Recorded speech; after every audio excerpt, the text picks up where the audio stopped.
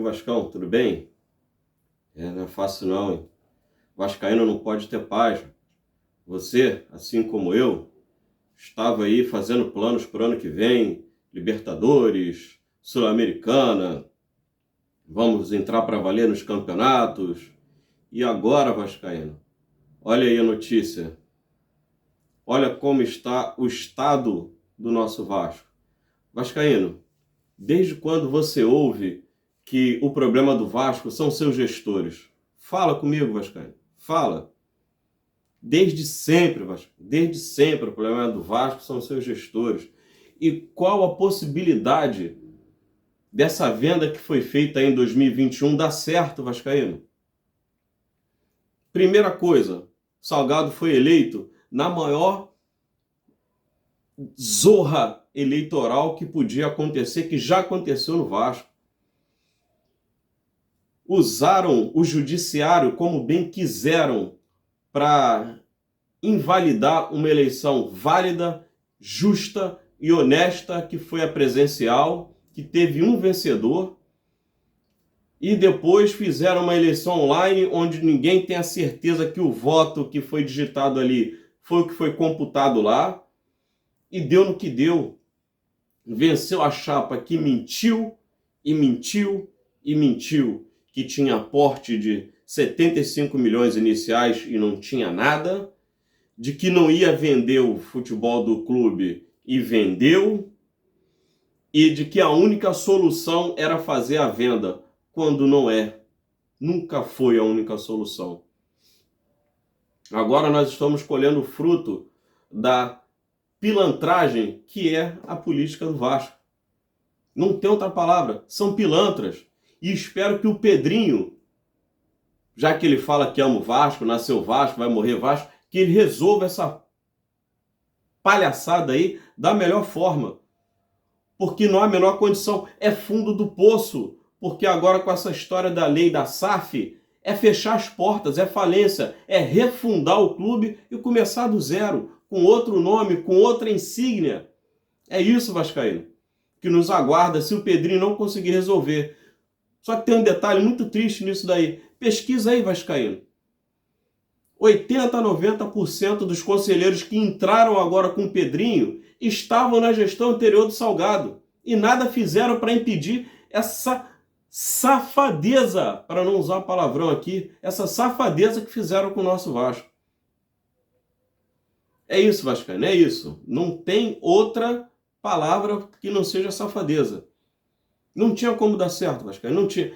Falar dessa parte administrativa, política do Vasco me dá nojo, me deixa irado. Eu não consigo falar disso sem perder a linha. Não consigo.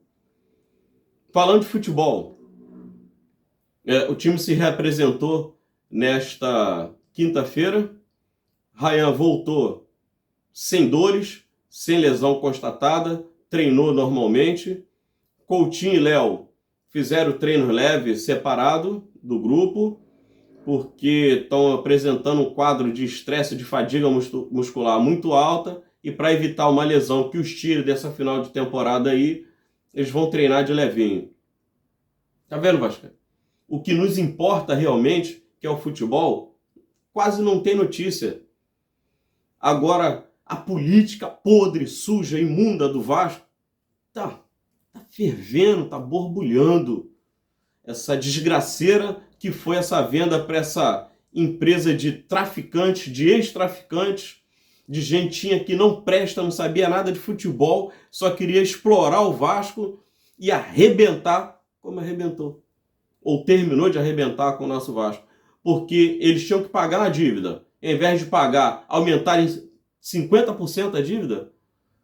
Puta que pariu. Só falando assim, Vascaíno.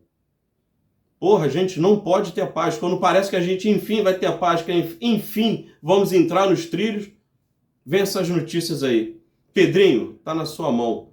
Resolve essa bagaça aí, porque, porra, se você não resolver, acabou o Vasco. Infelizmente, a realidade é essa.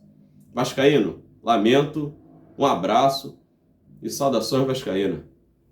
A Vasco SAF, ela nasce devendo 700 milhões de reais. Tá? Essa foi a operação que o Vasco fez com a 777. Então, se você tem uma empresa, se você é o gestor de uma empresa que está devendo 700 milhões de reais, o que você precisa fazer? Pagar, de alguma forma. Tá? O nome disso é gestão ativa da dívida. Isso não estava sendo feito. Você estava devendo 700 milhões de reais e você não tinha uma gestão ativa disso. Você tinha dinheiro novo na mesa. Você podia, a 777 poderia ter feito essa mediação com dinheiro novo. Ela teria resolvido o problema do Vasco. Não fez porque não quis, não era interesse deles, nem da 777, nem dos gestores antigos da Vasco SAF. Eles não tinham interesse em resolver o problema do Vasco. Você vê o que o City fez lá no Bahia. Rapidamente, eles com uma gestão ativa da dívida, eles pagaram a dívida do clube. A dívida é o pior problema dos clubes de futebol, todo mundo sabe. Por que não foi feito? Então, assim, a situação é gravíssima. E para piorar, além de não pagar a dívida antiga, eles tiveram, não sei como, assim, eles conseguiram gerar mais dívida para frente. Então, assim, é impagável. Esse negócio é absolutamente surreal.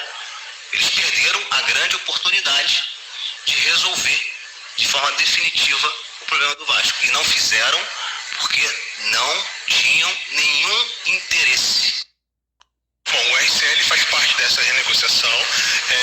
Nos próximos 60 dias nós teremos negociação com esses credores para tentar melhorar o pagamento. Eu sei que é muito ruim para quem espera algo a receber ter que renegociar isso, mas acredite em mim, é isso, ou o Vasco poderia quebrar, que seria horrível, e você não iria receber nada. Então, essa visão que tem que ser aceita por todo mundo. Infelizmente é duro, mas é isso. Primeiro, a gente precisa ter a consciência da gravidade da situação econômico-financeira atual do Vasco. Então, esse é o primeiro ponto. Então, o torcedor precisa entender que o Vasco, pelas circunstâncias que viveu nos últimos 24 meses, né, vive uma situação econômico-financeira bastante sensível neste momento. E, segundo, a seriedade, né, e a coragem com que a atual gestão está enfrentando esta crise financeira, implementando um processo de reestruturação que muitas vezes é considerado impopular, né, que é um processo que impõe sacrifícios, mas um processo absolutamente necessário para que a gente possa construir um futuro melhor para o Vasco, para que a gente possa dar sustentabilidade ao Vasco, para que a gente possa fortalecer o Vasco para o futuro.